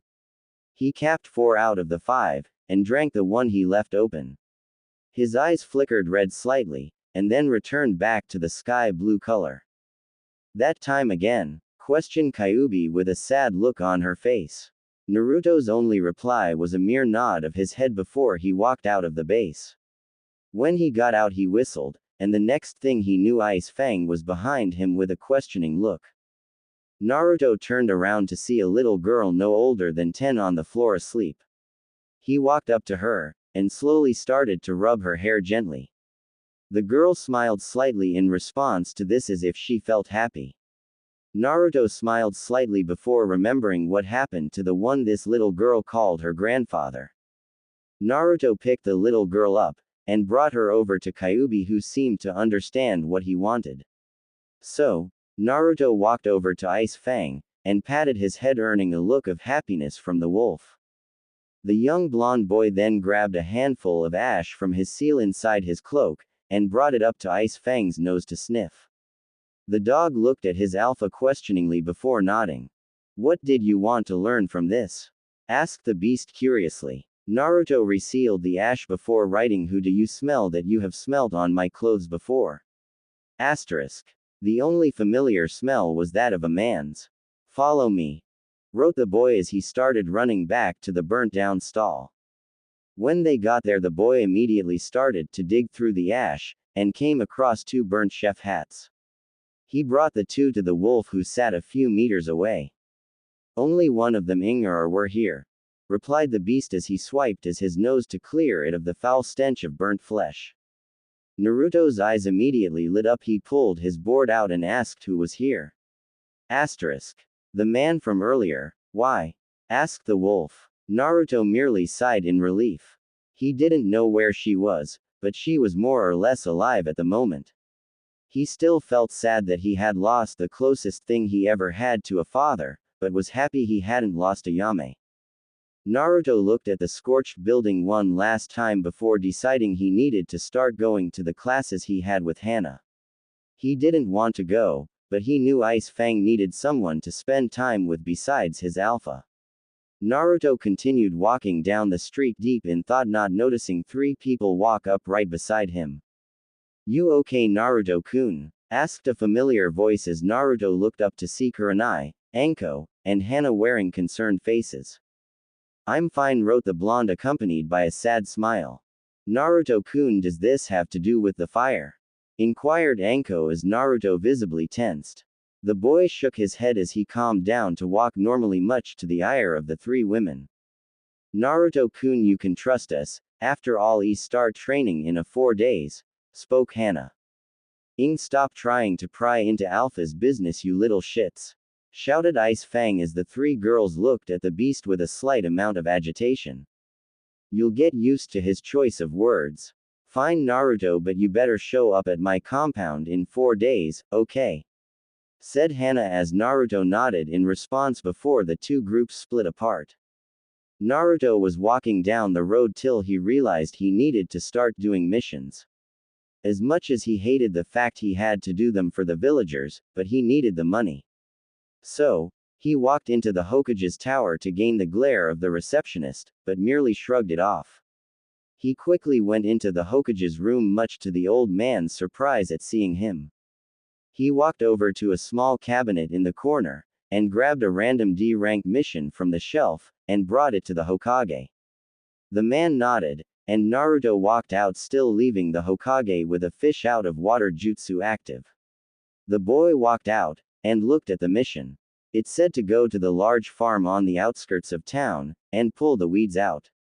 The boy sighed at the knowledge that he had to do at least 20 of these stupid missions. Naruto walked to the farm, and knocked on the door. As the door opened, an old woman was revealed with a scowl. "How can I help you?" asked the woman with venom in her voice. "I'm here to pull the weeds."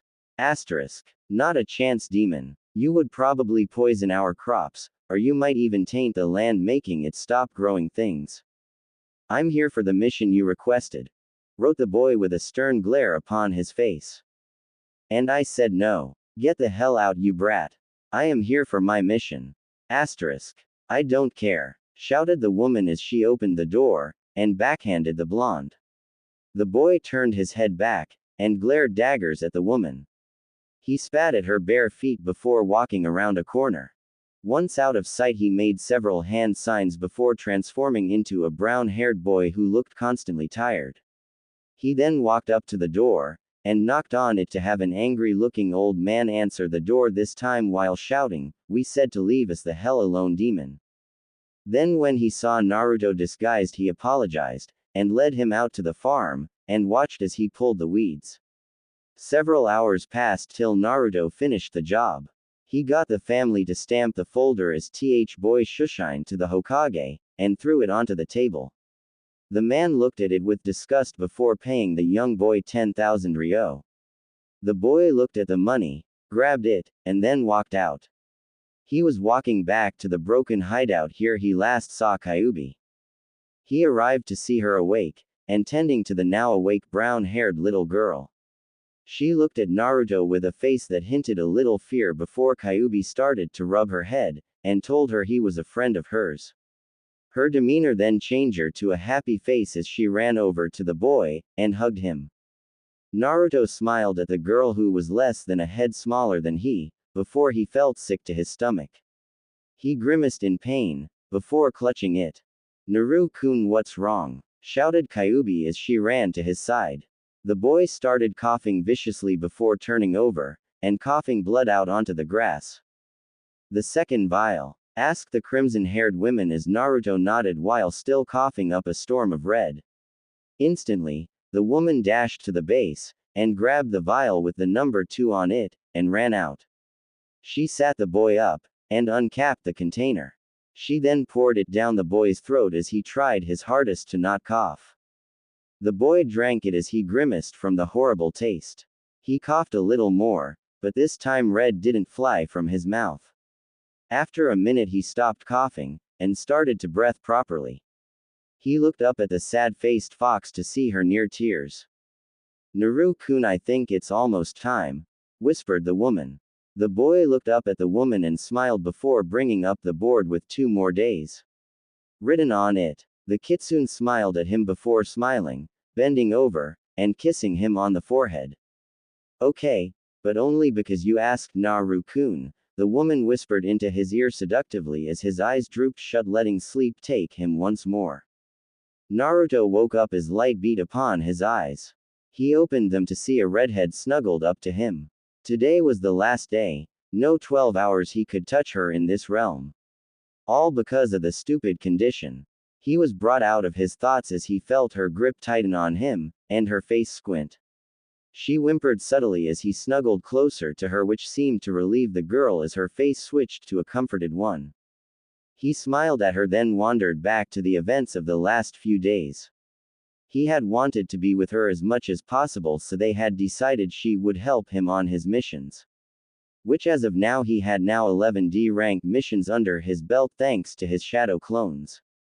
So he was now eligible for a C-rank mission if accompanied by a sensei who gave their recommendation. Naruto knew that tomorrow he would start training with Hana, but he still wanted to spend time with Q-chan. That's when a pair of rubies fluttered open, and stared lovingly into a pair of sapphires. The owners smiled at each other till, much begrudgingly, they got up to get ready for this evil day. Naruto quickly got up, and went over to the last vial on the table. He uncorked it, and swiftly drank it. He looked back at the fox with eyes of sadness. "Oh come on, Naru-kun, you know this would happen. This only means you need to get some more from her. I know, I just wanted to spend more time with you, Q-chan. Asterisk. Break up the love fest please. We need to get to work on training Alpha," spoke Ice Fang as he approached the two. "He's right dear, we need to train you some more. Give me an hour. I'm almost done with this seal," wrote the boy as he went to a desk with an inkwell, a feather, a knife, and a scroll with many intricate designs swirling about. An hour passed quickly as Naruto looked at his creation with pride. with one thought flowing in his mind. Soon, soon I can take my revenge. Hurry up, shouted an angry wolf as Naruto put the scroll down carefully, and sprinted out. When Naruto got to the two waiting creatures, he paled when he saw Kyuubi holding an all too familiar grin. Naru-kun, it's time to amp up the weight again, spoke Kyuubi in a bittersweet voice. At this, Naruto started sweating bullets as he approached the crimson-haired beauty. The woman quickly wrapped her hands in a cloak of red chakra before putting the two on his chest, then each arm, and finally ending on both legs. Naruto lifted one leg, and fell over. How much now? Asterisk. Don't worry Alpha, we only doubled the weight, spoke a certain beast with an excited bark. Damn you both. Asterisk. Naruto slowly recovered, and stood up somehow before walking over to hug Kyuubi once more. They hugged each other tightly before they let go. Okay, so you don't have to, but I think it helps enhance the feeling of this part. Start song falling inside the black skillet. The day went on without much happening before 11 hours passed. Standing on the fourth's head is a crying blonde being held by crimson-haired woman caressing his head, and speaking soothing words into his ear. Don't worry, you'll see me later. I just need to sleep for a while till I get back. Exactly. If only I didn't have to deal with this when you came out, then we could be together forever. Asterisk. But just think Naru-kun, if you didn't have to deal with the demonic urges you would die whenever I came out, spoke the woman as her body flickered for a second. I know, that's why I sent her a letter yesterday, wrote the still crying boy as Kyuubi's body began to flicker more often till it began to just fade. Just remember that I love you, spoke the woman before she fully phased out of existence, leaving a boy howling on the floor. Song end. Naruto slowly stood after he recovered from his loss of a friend for a good while. He looked up to the sky in anguish as he didn't want his foxy friend to leave.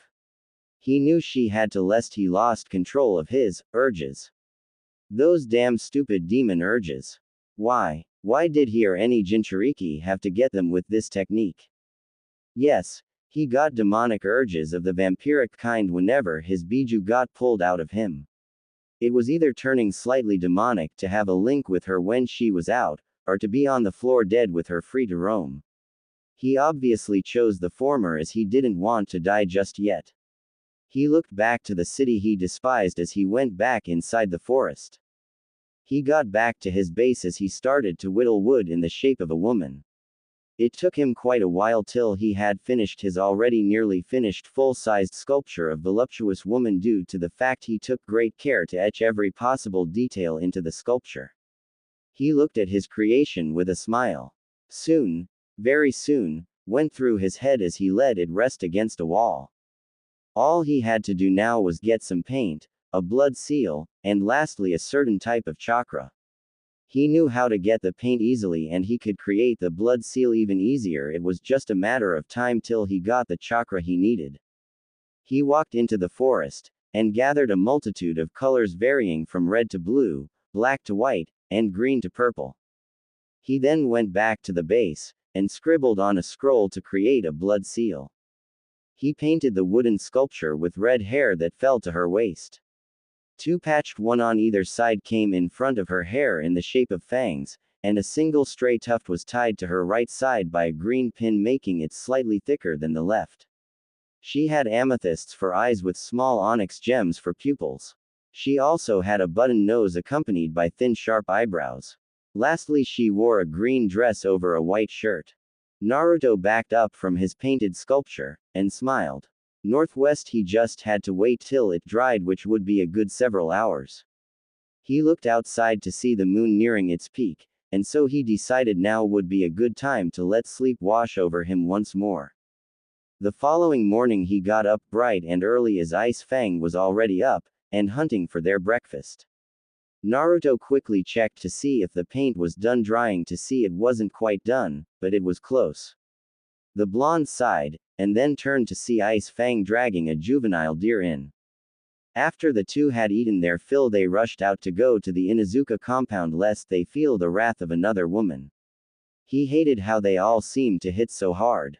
It was as if you were being hit in the head with an anvil, although that's only the weak ones. He never could piss off Kyuubi, or else she might seriously drop a mountain on his head. He shrugged it off as he arrived at the building that Hana had described to him. He rang the doorbell on the old-looking house. A creak could be heard as an older woman with short spiky black hair similar to Naruto's own hair, 2 red fangs on either cheek, and black vertical slits for eyes. She smiled at him with a feral grin. "You must be Naruto," stated the woman as she looked at him closely, losing her smile as it was replaced with a curious look. The boy merely nodded in response to the woman as she led him into the house, and told him to wait as Hana was in a meeting for a bachelor. A few minutes later, screaming could be heard, followed by the sound of glass shattering and objects being thrown. Moments after the sound, a shinobi within glasses was sprinting out of the house as fast as he could as an angry-looking Hana dashed out with a tick mark on her head. "Get back here, you damn pervert, and take what's coming to you," shouted Hana as she stopped just in front of her house. "Hana, Naruto is waiting for training in the living room," shouted Hana's mother as the girl had a surprised look on her face. She suddenly heard barking, and turned around to see her dog playing with Ice Fang. She smiled, then remembered Naruto, and walked back into the house. She got in the house to see a calm-looking boy staring at her. "Hi Naruto-san." "Hello Hana-san," wrote the boy, much to Hana's surprise, but she didn't pride you to knowing how she, and most other people, felt about it. "How are you doing?" "Fine. Can we start training?" Asterisk. "Excited are we?" "No, I merely wish to finish the training to take on more missions," wrote the boy as Hana was slightly angered that she didn't get the reaction she hoped for from her teasing. "Okay, let's get to work then," spoke Hana, and with that the day went on quickly as Naruto did the chakra exercises shown to him. She was surprised he knew them, and could already do them. So she started to teach him some basic tracking methods. After the day of 4-hour training was over, Naruto left, and took Ice Fang with him, who was very happy at meeting his friend once more over the many years. When they got home, Naruto looked at the paint to see it dried. He smirked as he put the blood seal on the abdomen of the wooden sculpture. He made several hand seals, and then passed out. He woke up with several different colored chakras in front of him. He saw light blue, dark blue, and finally red. He stared at the 3 intently till he grabbed the dark blue one, and closed his eyes. He awoke back in the regular world with one hand covered in dark blue. He quickly drew blood on his other hand, and swiped it across the seal before putting his chakra-covered hand onto the blood. The seal glowed red before it faded. He smiled, then grabbed the seal he made yesterday, and put it over the bloodied scroll. He too a step back, and smiled. The wooden sculpture seemed to become less like wood, and more like a real woman. Suddenly the woman fluttered her eyes open. "Where am I?" asked the woman. "Welcome home, Mom," wrote the boy before wrapping his mother in a tight hug. "Who are you?" asked the red-headed woman, who the blonde was hugging just as Ice Fang walked up to see the two. "Alpha, who is she?" asked the beast as Naruto let go of his mother, and looked at the wolf. "This is my mother Kushina.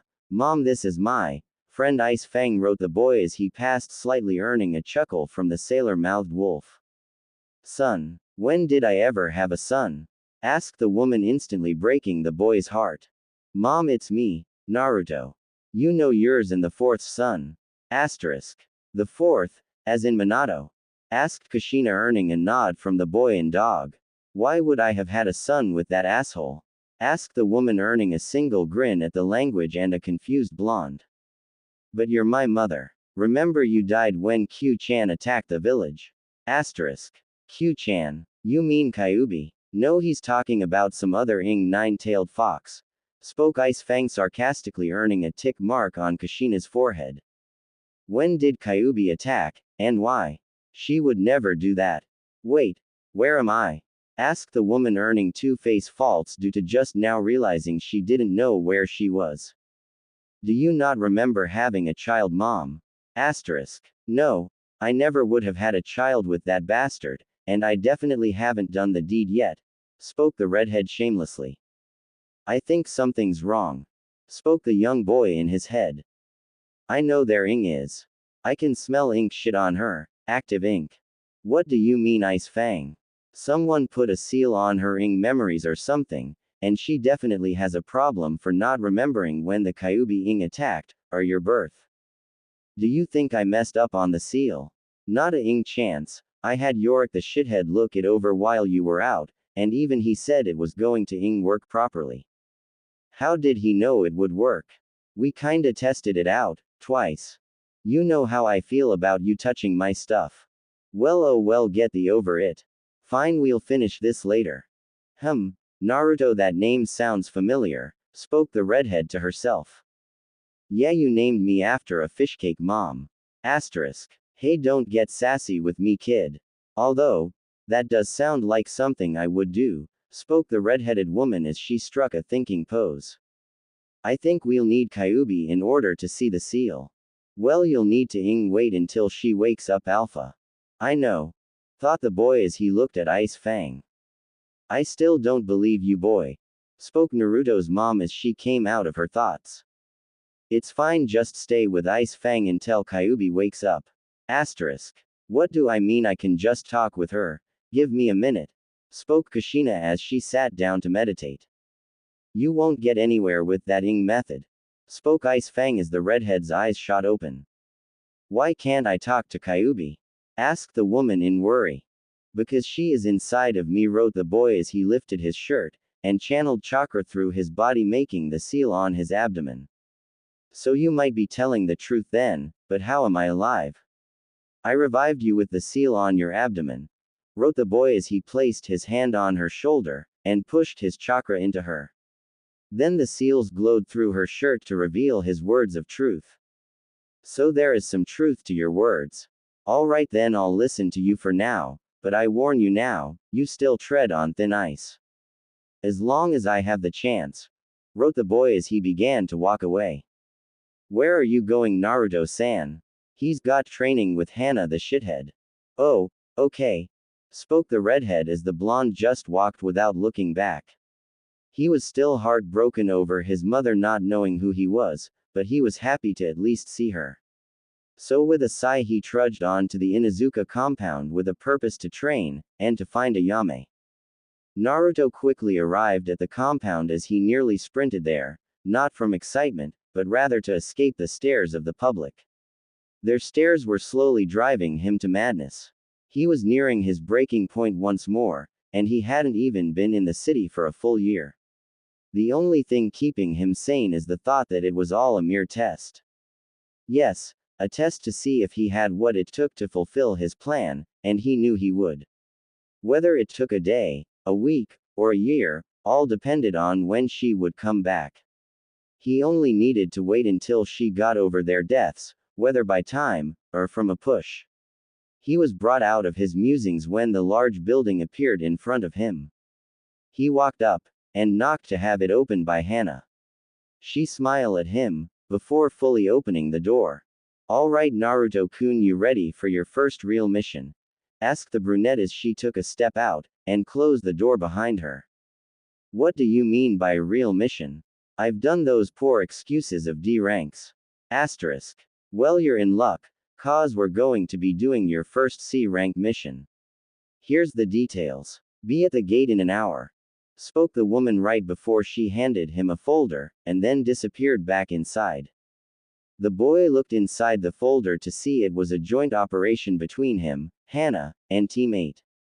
The mission was to escort a man back home in Wave Country, and guard him as he was building the bridge. He smiled at finally having a chance to do an actual mission, and to top it off he would be able to see Tsunami again. Hey Ice Fang, I'm going to be gone for about 2 weeks, inform mom of it, and make sure she